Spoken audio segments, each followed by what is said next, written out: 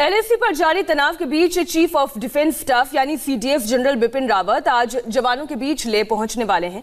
सरहद पर तैनात अधिकारियों के साथ सुरक्षा स्थिति का जायजा लेंगे।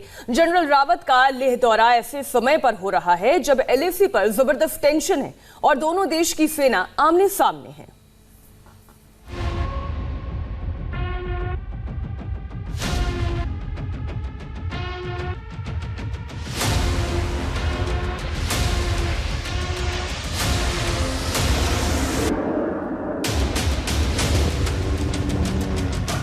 बॉर्डर पर वायुसेना के फाइटर प्लेन्स के गरजने के साथ जब चीन के 59 ऐप पर भारत ने ताला लगाया तो एलएसी पर 60 दिन से उत्पात मचा रहा ड्रैगन ठंडा पड़ने लगा।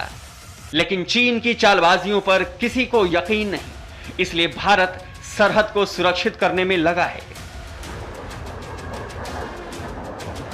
चीन का सरकारी अखबार ग्लोबल टाइम्स हो या फिर चीन का विदेश विभाग शांति का चाहे जो भी प्रोपेगेंडा फैलाए, भारत को अब उन पर 1% भी एतबार नहीं। तभी तो भारत एलएसी पर अपनी तैनाती बढ़ा रहा है, तैयारियां कर रहा है। आज इन्हीं तैयारियों का जायजा लेने खुद चीफ ऑफ डिफेंस स्टाफ यानी सीडीएस जनरल बिपिन रावत लेह पहुंच रहे हैं। सीडीएस रावत जब लेह में होंगे तो जाहिर है चीन को इससे मिर्ची जरूर लगेगी। एलएसी पर तनाव के बीच सीडीएस जनरल बिपिन रावत न सिर्फ लेह जाएंगे बल्कि नॉर्दर्न आर्मी कमांड और 14 कॉर्प्स के अधिकारियों के साथ सुरक्षा स्थिति का जायजा भी लेंगे। इसके अलावा वो चीन से लोहा लेने वाले उन घायल जवानों से भी मिलेंगे जिनका इलाज अस्पताल में चल रहा है। जनरल रावत का लेह दौरा ऐसे समय में हो रहा है जब एलएसी पर भारत और चीन के बीच जबरदस्त तनाव है। तनाव को कम करने के लिए दोनों देशों के सैन्य अधिकारियों के बीच में अब तक कई दौर की बातचीत हो चुकी है, लेकिन अब तक कोई ठोस नतीजा नहीं निकला। भारत ने चीन की खतरनाक चाल और साजिशों को अच्छे से समझ लिया है, इसीलिए एलएसी पर अपनी सैनिक ताकत पूरी तरह बढ़ा दी है। तैयारी इस कदर है कि चीन का अब हमारे उन जवान से मुकाबला होगा जो अकेले ही 10 के बराबर हैं। सीडीएस बिपिन रावत से पहले आर्मी चीफ नरवणे बॉर्डर से लौट चुके हैं। गुरुवार को ही वायुसेना chief air chief marshal RKS Bhadauria ने भी वीडियो कॉन्फ्रेंसिंग पर कमांड अफसरों से बातचीत की और रक्षा मंत्री राजनाथ सिंह भी लेह जाने वाले थे, लेकिन ऐन वक्त पर उनका दौरा फिलहाल टल गया। यह बात तय है कि चीन को भारत का एक और फैसला अच्छा नहीं लग रहा।